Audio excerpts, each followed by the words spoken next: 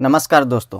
पिछले कुछ दिनों से यूपीआई को लेकर बहुत ही कन्फ्यूजन चल रहा है। यूपीआई पेमेंट करना है या नहीं, दरअसल हुआ क्या है। कुछ दिन पहले एक बंदे ने ट्विटर पर ट्वीट किया जिसमें लिखा था कि अगर आप यूपीआई पर 2000 से ज़्यादा ट्रांजैक्शन करते हैं तो आपको 1.1% एडिशनल चार्ज देना होगा। यानी कि अगर 2000 का पेमेंट करते हैं तो आपको 22 रुपये एक्स्ट्रा चार्ज देना पड़ेगा। ऐसे ही कुछ खबर बड़े बड़े न्यूज़पेपर में भी छपी। अगले दिन लोगों में बहुत कन्फ्यूजन रहा, यहाँ तक कि लोगों ने मीम्स भी बना डाले, मैं यूपीआई नहीं करेगा।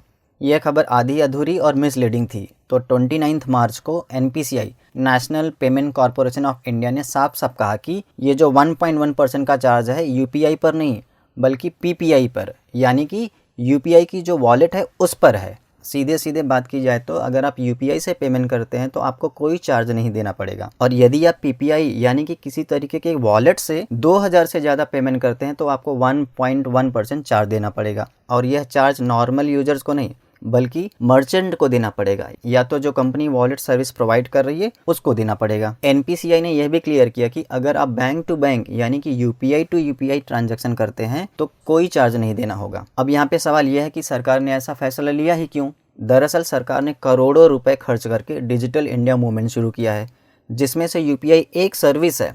जनवरी फरवरी महीने में 25 लाख करोड़ रुपए से भी ज़्यादा ट्रांजैक्शन हुआ है यूपीआई से। ऐसे में अगर यूजर्स अपना पैसा बैंक में न रखने के बजाय यूपीआई वॉलेट में रखते हैं तो सरकार को इससे कोई फ़ायदा नहीं होता है, और कंपनियां अपने आप को एक बैंक समझकर मस्त मज़ा करती हैं। तो इसलिए सरकार ने सोचा कि अच्छा बच्चों, हमारे पैसे से मज़ा कर रहे हो तो अब से आपको 1.1% चार्ज देना पड़ेगा जितने भी ट्रांजैक्शन वॉलेट के थ्रू होंगे।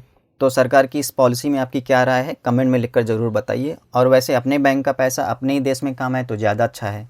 सब्सक्राइब किया है तो शेयर एंड लाइक कीजिए, और अगर पहली बार आए तो शेयर सब्सक्राइब लाइक सब कर डालिए। धन्यवाद।